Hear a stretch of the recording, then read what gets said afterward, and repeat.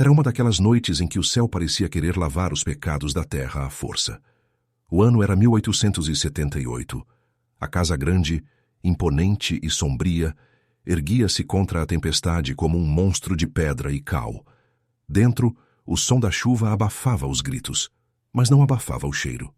O ar estava pesado, impregnado com o odor acre de óleo de baleia queimando nas lamparinas e o perfume enjoativo de flores murchas. Nos fundos da mansão, longe dos quartos nobres onde a seda cobria os corpos, a morte esperava pacientemente. Ali, num quarto apertado, reservado aos descartáveis, uma vida se apagava. A velha Joana, que por 40 anos serviu àquela família, estava morrendo. Seu peito subia e descia em um ritmo irregular, um chiado doloroso que arranhava o silêncio do quarto. Ao lado dela, vigiando aquela passagem, estava Zaqueu. Ele não chorava. Zaqueu raramente demonstrava o que sentia. Ele apenas observava. E, principalmente, ele registrava. Zaqueu possuía uma maldição disfarçada de dom. Ele lembrava de tudo. A tonalidade exata do vestido da baronesa no Natal de 1860, o número preciso de chicotadas que o feitor deu na semana passada, o som da moeda caindo no chão da igreja. Sua mente era um arquivo vivo, uma biblioteca de horrores e segredos que ninguém mais notava. Mas naquela noite, o que ele estava prestes a ouvir não seria apenas mais uma memória, seria uma arma. A velha Joana tossiu, o corpo convulsionando sobre o colchão de palha. Ela puxou Zaqueu para perto. O cheiro de cânfora e podridão que emanava dela fez o estômago dele revirar. Escute, ela sibilou, a voz rouca como areia seca. O menino, o jovem patrão Otávio. Ela parou para buscar ar, lutando contra o afogamento interno. Ele não tem o sangue do barão. A confissão saiu num sopro gelado. O pai dele é o homem que segura o chicote. É o Matias. A frase pairou no ar mais pesada que as correntes da senzala. Zaqueu sentiu um frio percorrer sua espinha, descendo vértebra por vértebra. Aquela informação não era apenas uma fofoca de alcova, era uma sentença de morte. Os olhos de Joana se fixaram no vazio. Ela partiu, deixando para trás um corpo cansado e uma granada sem pino nas mãos de um escravizado. O silêncio que se seguiu foi ensurdecedor. Se alguém soubesse o que foi dito ali, Zaqueu não veria o nascer do sol. O barão de Valença era um homem cuja honra valia mais que a vida de todos naquelas terras. O barão construíra seu império sobre a certeza de sua linhagem. Otávio, seu único filho homem, fora criado como um príncipe regente, mimado, intocável, a personificação do futuro da família. No dia seguinte a chuva havia cessado, mas a lama cobria o pátio. Zaqueu servia o café na sala de jantar. Sua mente, no entanto, trabalhava febrilmente, conectando pontos que estiveram soltos por 20 anos. Otávio tinha 21 anos. Era cruel de uma maneira que o barão nunca fora. O barão era severo, mas Otávio sentia prazer na dor alheia. Zaqueu observou o jovem patrão. A inclinação da cabeça, o jeito bruto como ele segurava a faca de pão, a forma como seus olhos se estreitavam antes de explodir em fúria, era inegável. A mente de Zaqueu sobrepôs as imagens, o mesmo andar pesado, o mesmo nariz aquilino que o barão não possuía, o mesmo sorriso sádico. O barão havia criado o filho do seu próprio algoz. O homem que aterrorizava a fazenda, o capataz Matias, havia plantado sua semente no ventre da baronesa e assistido seu bastardo crescer como lorde. Não era um olhar de submissão, era cumplicidade. Zaqueu viu. Sua memória gravou o instante, 8h14 da manhã. A troca de sorrisos imperceptível para os outros, mas gritante para ele. A ignorância do barão era sua ruína. Ele alimentava a cobra que o picaria. Mas Zaqueu sabia que a verdade por si só não libertava ninguém. A verdade, nas mãos de um negro no século XIX, era perigosa. Zaqueu tentou enterrar o segredo. Esqueça, ele disse a si mesmo. Não é da sua conta. Mas o destino tinha outros planos, e eles eram cruéis. Dandara, a irmã mais nova de Zaqueu, a única coisa pura que restava naquele inferno. Ela tinha os olhos grandes e assustados, e uma inocência que o engenho ainda não conseguira quebrar. Otávio havia assumido a administração das contas da fazenda naquela semana. Suas dívidas de jogo na capital eram astronômicas. Ele precisava de dinheiro rápido e não queria vender terras. A ordem veio na hora do almoço. Seca, direta, desumana. Venda a negrinha, a Dandara. O mercador de escravos passa aqui na lua cheia. O chão desapareceu sob os pés de Zaqueu. Vender Dandara. mandá-la para longe, para os cafezais do sul ou para um bordel na corte. Ela morreria em meses, ou pior. O tempo não perdoa. Para Zaqueu, cada badalada do relógio de pêndulo no corredor da casa grande soava como um martelo pregando um caixão. A venda de Dandara estava selada. O comprador, um comerciante de almas vindo da corte, chegaria em 3 dias. A impotência tem um gosto amargo, metálico, que fica no fundo da garganta. Zaqueu esfregava a porcelana com força excessiva, os dedos calejados deslizando sobre os desenhos florais importados da Europa. Ele precisava de uma estratégia. A força bruta não funcionaria contra armas de fogo e chicotes. Ele mergulhou em sua mente. O arquivo estava lá intacto. Zaqueu precisava corroborar a confissão da velha Joana antes de buscar a carta física. Ele precisava ter certeza de que o pecado deixara rastros financeiros. A memória surgiu nítida. 20 anos atrás. Zaqueu era apenas uma criança que limpava o chão do escritório, invisível aos olhos dos senhores. Ele viu o barão discutir com um antigo contador. Mas não foi isso que sua mente reteve. Foi a página que ficou aberta quando eles saíram. Lá estava. Uma saída de fundos inexplicável. Pagamento extraordinário, Matias. O valor era absurdo, o equivalente ao preço de 5 escravos fortes. A data coincidia exatamente com a semana em que a falecida baronesa anunciara aos prantos que estava doente e se recolheria aos seus aposentos. O suborno. Matias não apenas violentara ou seduzira a baronesa, ele fora pago para manter a boca fechada enquanto o barão assumia a paternidade de um filho que acreditava ser seu milagre. O silêncio custou caro, e quem pagou a conta, no fim, foi o orgulho do barão. A confirmação mental deu a Zaqueu a coragem fria de que ele precisava. Mas a coragem foi testada naquela mesma tarde de uma forma que fez seu sangue ferver. Matias parou perto da varanda dos fundos. Ele assobiou, um som agudo e imperativo, como quem chama um cão sarnento. Dandara estava varrendo os degraus de pedra. Ela congelou. O medo em seus olhos era uma criatura viva. "Ei, negrinha!" rosnou o capataz. Ele não estava gritando. A voz baixa era muito pior. Ele levantou o pé direito. A sola estava imunda, uma crosta de sujeira do curral. Ele não pediu um pano. Ele usou a menina. Matias esfregava a lama no algodão da saia enquanto ria, observando as lágrimas silenciosas escorrerem pelo rosto de Dandara. Era um ato de domínio puro. Ele estava marcando o território. Zaqueu viu tudo. A humilhação da irmã foi o estopim. Aquele homem, aquele bruto que limpava a sujeira em crianças inocentes, era o verdadeiro pai do novo patrão. O sangue podre de Matias corria nas veias de Otávio. E agora eles planejavam destruir Dandara. Não haveria mais espera. A busca pela carta física, a prova irrefutável mencionada por Joana, teria que ser hoje, agora. O risco de morte tornou-se irrelevante diante da necessidade de justiça. O jantar foi servido às 8. O barão, Otávio e 2 convidados da vila vizinha comiam assado de porco. O vinho fluía. A guarda estava baixa. Era o momento em que os invisíveis transitavam pelos corredores carregando travessas. A despensa ficava no anexo da cozinha. Zaqueu entrou fechando a porta silenciosamente atrás de si. A escuridão era quase total, quebrada apenas por frestas de luz que passavam pelas tábuas da parede. Joana dissera: "Sob a 3ª tábua, a partir do barril de farinha." Zaqueu se ajoelhou. O chão estava frio e úmido. Ele localizou o barril. 1, 2, 3. Ele enfiou os dedos na fresta. A madeira estava inchada pela umidade recente. Ele puxou. Nada. O suor começou a escorrer por sua testa, misturando-se à poeira. Ele precisava de uma alavanca. Com um estalo abafado, a tábua cedeu. O cheiro de mofo subiu violentamente. Zaqueu tateou a escuridão do buraco. Teias de aranha se colaram em sua pele. Seus dedos tocaram algo que não era terra nem madeira.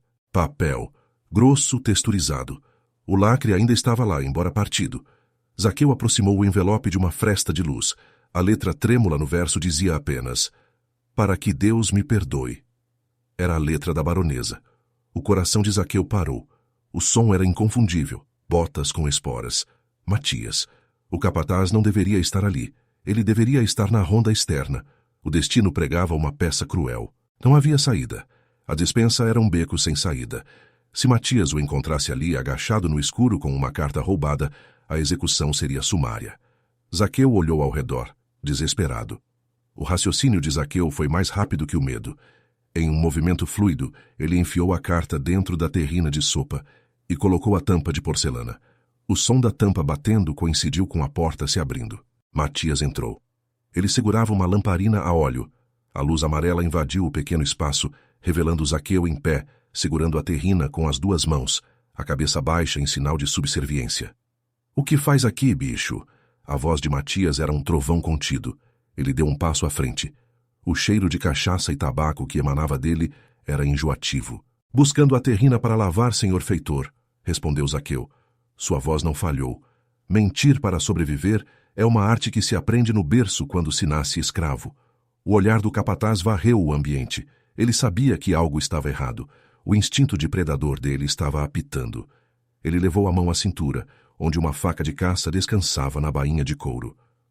"Se eu pegar você roubando comida..." Matias sibilou, aproximando o rosto do de Zaqueu. "Eu corto essa sua mão e dou aos porcos." "Sim, senhor", murmurou Zaqueu. Matias hesitou. Por um momento pareceu que ele ia abrir a terrina. Se ele levantasse aquela tampa, a história acabaria ali, com sangue no chão da despensa. A mão do capataz pairou sobre a porcelana branca. O grito do bastardo salvou a vida de Zaqueu. Matias recuou praguejando baixinho contra o jovem patrão, mas obedecendo à hierarquia distorcida que ele mesmo ajudara a criar. Zaqueu soltou o ar que prendia nos pulmões. Suas pernas fraquejaram. Ele abraçou a terrina contra o peito como se fosse um filho recém-nascido. Ele tinha a prova. A bomba estava armada, mas ter a prova era apenas metade do problema. Como entregar isso ao barão? O barão nunca acreditaria na palavra de um escravo. Se Zaqueu simplesmente entregasse a carta, o barão poderia rasgá-la sem ler, ou Otávio poderia interceptá-la. Ele leu o conteúdo. Era pior do que imaginava. A baronesa descrevia não apenas o estupro, mas a chantagem contínua. Matias ameaçara matar o barão se ela contasse. Otávio era fruto do medo. Zaqueu precisava de um palco, um lugar onde a verdade não pudesse ser silenciada, onde a violência imediata fosse impossível. Domingo, a missa de aniversário de 21 anos de Otávio. Toda a elite da região estaria lá. O juiz, o delegado, os vizinhos poderosos. E, crucialmente, o padre iria abençoar a transferência das terras. O barão passaria o império para o nome de Otávio diante de Deus e dos homens. O plano se formou na mente eidética de Zaqueu com a precisão de um mecanismo de relógio. Ele não entregaria a carta. Ele faria o barão encontrá-la, no momento mais sagrado, no lugar onde a mentira é um pecado mortal. Era tudo ou nada. Se falhasse, ele e Dandara seriam torturados até a morte para servir de exemplo. Mas se funcionasse, o engenho queimaria sem precisar de uma única tocha. O domingo chegou com um calor sufocante. A atmosfera estava elétrica. Os sinos da capela começaram a tocar, chamando os fiéis para o espetáculo. Zaqueu vestiu sua melhor camisa de algodão cru. Ele escondeu a carta na manga. Matias sabia. De alguma forma, o animal sentia o cheiro do perigo. Ele não tirava os olhos de Zaqueu. O capataz se levantou e começou a seguir o escravo em direção à capela, a mão roçando o cabo da faca. A distância até o altar parecia de quilômetros. Zaqueu entrou na nave da igreja. O padre ainda não chegara. A Bíblia estava aberta no atril. Matias estava a 10 passos de distância. 5 passos. Zaqueu precisava de 2 segundos. Apenas 2 segundos para plantar a semente da destruição. Mas a mão pesada de Matias pousou em seu ombro antes que ele pudesse tocar a página. "Eu vi você na despensa", sussurrou o capataz, apertando o músculo do trapézio de Zaqueu até doer. "Você acha que é esperto, mas hoje à noite você vai gritar até perder a voz." Matias sorriu, certo de sua vitória. Mas ele cometeu o erro clássico dos arrogantes. Ele subestimou a velocidade de quem não tem nada a perder. Com um movimento brusco, fingindo um tropeço de medo, Zaqueu se desvencilhou. Ele caiu para frente, as mãos batendo no atril para se segurar. Foi um borrão. Ninguém viu o papel deslizar para dentro do Salmo 35. A armadilha estava armada. A carta estava entre as páginas sagradas, e o barão estava caminhando pelo corredor central, de braços dados com o filho bastardo, sorrindo para a própria desgraça que o aguardava no altar. O destino da Casa Grande agora dependia de um único gesto, o virar de uma página. Mas Zaqueu, suando frio no fundo da igreja, sabia que o jogo ainda não tinha acabado. Matias não tirava os olhos dele, e a missa estava apenas começando. O ar dentro da capela era sólido, quase impossível de respirar. Não era apenas o calor de novembro que sufocava os convidados. Era a mentira. Ela preenchia cada banco, cada canto escuro, cada sorriso forçado da elite local que viera testemunhar a coroação de um rei falso. Zaqueu permanecia imóvel, uma estátua de ébano fundida à penumbra. Seu coração batia num ritmo perigoso, contra as costelas, como um pássaro preso numa gaiola pequena demais. Ele sabia que Matias estava olhando. Matias não piscava. O capataz tinha o instinto de um cão de caça que fareja o medo. Ele sabia que Zaqueu havia feito algo. Ele só não sabia o que, nem onde. A tensão entre os dois atravessava a nave da igreja como um fio de arame esticado, prestes a arrebentar e cortar gargantas. Otávio, o centro daquela farsa, limpava uma sujeira imaginária na manga de seu terno de linho importado. Ele nem sequer olhava para o pai, o barão, que estava ao seu lado, inchado de orgulho, acreditando ver ali a continuidade de seu sangue nobre. O padre, um homem velho com mãos manchadas pela idade, aproximou-se do atril. O silêncio caiu sobre a congregação. Era o momento do evangelho.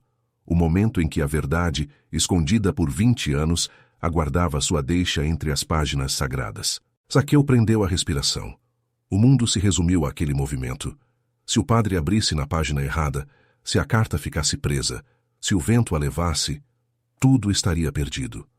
A vida de Dandara, a vida dele, tudo dependia da gravidade e da sorte.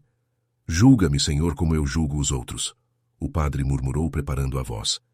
Ele virou mais uma página. E então, aconteceu. O tempo parou. O papel, diferente da textura das folhas sagradas, soltou-se. Ele planou leve, inocente, descendo em espiral diante do altar. O som dele batendo no chão de pedra foi ínfimo, mas para Zaqueu soou como um tiro de canhão. O padre parou. O barão franziu a testa, incomodado com a interrupção. Ele olhou para o papel, depois olhou para o padre, esperando que o clérigo recolhesse o lixo, mas o padre estava congelado, confuso. Com um suspiro de impaciência, o barão se abaixou. Seus dedos tocaram a textura rugosa da carta. Ele a virou. Seus olhos, acostumados a ler contratos e sentenças, focaram na caligrafia. Não era preciso ler o conteúdo para saber quem escrevera aquilo. A letra. Aqueles T's cortados com força, aqueles A's redondos. Era a letra de sua falecida esposa. Uma voz vinda do túmulo. As palavras queimavam. Perdão. Violência. Matias. Ameaça de morte. O menino não é seu. Cada frase era uma facada no ventre do orgulho daquele homem. A cor foi drenada de seu rosto, substituída por um cinza cadavérico. Lá no fundo, o instinto de Matias gritou. Ele viu o papel. Ele viu a reação do barão.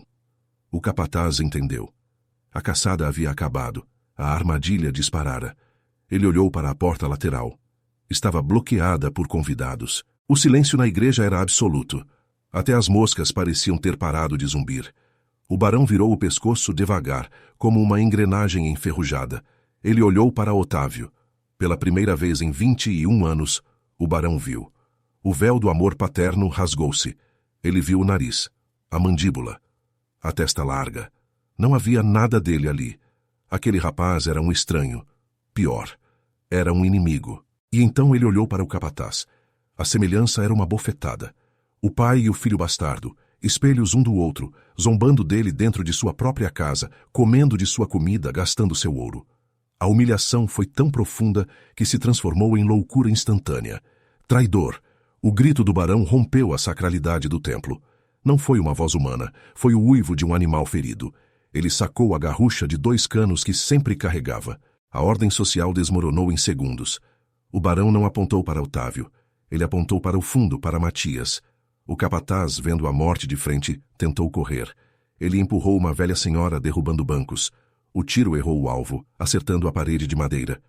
Mas foi o suficiente para que os outros homens, os vizinhos, os coronéis, entendessem que algo monstruoso havia sido revelado. Eles pularam sobre Matias. Enquanto o capataz era subjugado, o barão voltou-se para Otávio. O rapaz estava encolhido no chão, chorando, as mãos na cabeça. A imagem da covardia. O príncipe não passava de um menino mimado e fraco. Otávio pegou o papel com mãos trêmulas. Ele leu. O choro dele mudou de medo para desespero. Ele sabia. No fundo, ele sempre soube que não pertencia àquele lugar. A farsa havia acabado. Zaqueu não sorriu. A vingança de um escravizado não é doce, ela é apenas necessária. Ele viu o império ruir diante de seus olhos. A justiça não veio de um tribunal, mas da verdade nua e crua exposta no altar de Deus. O escândalo era irreversível. A honra da família Valença estava morta. O barão ordenou com uma voz que parecia vir de um túmulo: tirem eles daqui, sem nada, com a roupa do corpo, joguem na estrada. Eles foram expulsos. O capataz brutal e o herdeiro falso. Pai e filho, unidos finalmente na desgraça. A porta da igreja se fechou atrás deles com um estrondo definitivo. O sol se punha quando o barão mandou chamar Zaqueu. O encontro foi no escritório. O mesmo escritório onde, 20 anos antes, o suborno fora pago. O livro-caixa ainda estava lá. O barão estava bebendo. A garrafa de conhaque estava pela metade. Ele olhou para Zaqueu. Pela primeira vez, ele não viu uma propriedade. Ele viu o homem que tivera a coragem que ele nunca teve. A coragem de enfrentar a verdade. Você salvou meu nome de ser carregado por um bastardo, disse o barão a voz embargada. Mas destruiu minha vida ao fazer isso. Vá embora, leve a menina. Não quero ver seu rosto nunca mais. Zaqueu pegou os papéis. O peso do papel era leve, mas o significado era infinito. Liberdade. Não dada por bondade, mas conquistada com inteligência e risco de sangue. Eles não olharam para trás. A casa grande, imponente e branca, ficava menor a cada passo. Ela agora era um mausoléu de memórias ruins, habitada por um velho solitário e seus fantasmas. A estrada à frente era incerta. O Brasil de 1878 não era gentil com negros libertos. Haveria fome, haveria preconceito, haveria luta. Mas aquela noite, sob o céu estrelado, o ar que entrava em seus pulmões pertencia apenas a eles. Zaqueu tocou a própria testa. A memória eidética continuava lá, registrando tudo. Ele nunca esqueceria o rosto do barão, o choro de Otávio, a fúria de Matias. Mas agora, ele poderia começar a criar novas memórias. Memórias que valessem a pena guardar. A justiça é um prato que, às vezes, só pode ser servido por aqueles que ninguém vê. E naquela fazenda, o invisível se tornou o juiz, o júri e o executor da verdade. Se essa história te prendeu, inscreva-se no canal agora. Nós desenterramos os crimes que a história tentou apagar. De 0 a 10, qual nota você dá para a vingança de Zaqueu? Acha que o barão mereceu o fim que teve? Comente liberdade se você chegou até o fim. Até o próximo dossiê.